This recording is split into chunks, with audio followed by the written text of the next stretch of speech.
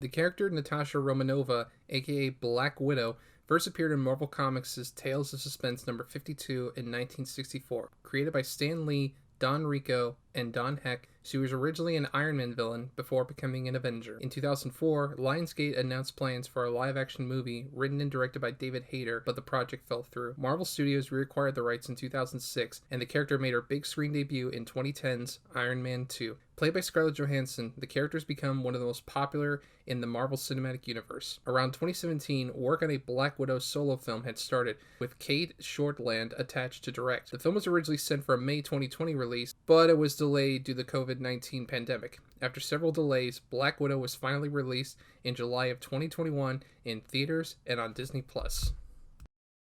Following the events of Captain America Civil War, Natasha Black Widow Romanoff, Scarlett Johansson, is on the run. While trying to stay in hiding, she's attacked by a mysterious assassin known as Taskmaster, though she manages to escape. Wanting to learn more about her assailant, Natasha goes to Budapest and reunites with her sister, Yelena Belova, Florence Pugh. Turns out Taskmaster was sent by Dreykov, Ray Winstone, the man who kidnapped them and turned them into trained killers. These killers are called Black Widows, and one of them found a way to reverse the chemical mind control used. Dreykov operates out of a compound called the Red Room, so Natasha and Yelena find their surrogate parents for help. Said parents are former Russian operative Alexei Shostakov, David Harbour, and older Black Widow Melina Vostokov, Rachel Weisz. It's up to our heroes to save the victims of Dreykov's influence.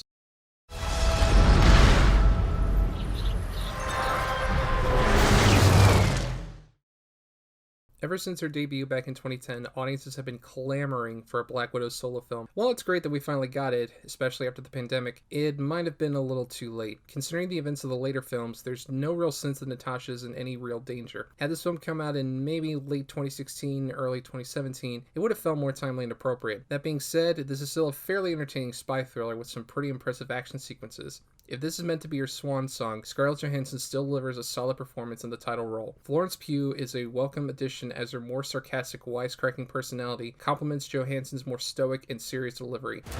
Okay, you got a plan, or shall I just stay duck and cover? My plan was to drive us away. Well, your plan sucks. David Harbour practically steals the show as the larger-than-life Red Guardian, and he has good chemistry with Rachel Weisz. What is the plan? We only had time to plan this far. What? Even though his screen time is limited, Ray Winstone is effectively creepy, even if playing the stereotypical evil businessman. Unfortunately, for all the build-up, Taskmaster is not given that much to do aside from fighting people. We're given some backstory on the character, but they have no lines and we're never given any sort of personality. The MCU is known for its humor, and while there are some funny moments, it oftentimes clashes with the tone. Oftentimes there'll be a really dramatic, serious scene that reels you in, only for a joke to be shoehorned in. Admittedly, there are some really heartfelt moments with some humor injected in, but it's more inconsistent than balanced. At slightly over 2 hours, this will provide a decently entertaining experience, but I don't see this leaving any impact. Overall, Black Widow is a fairly entertaining spy thriller, but it could have been much better.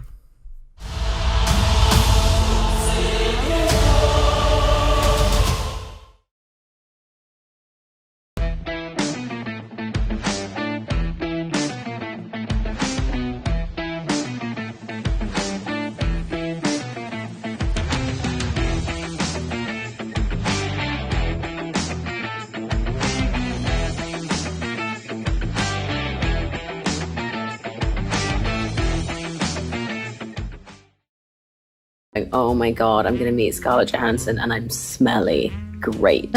Fantastic.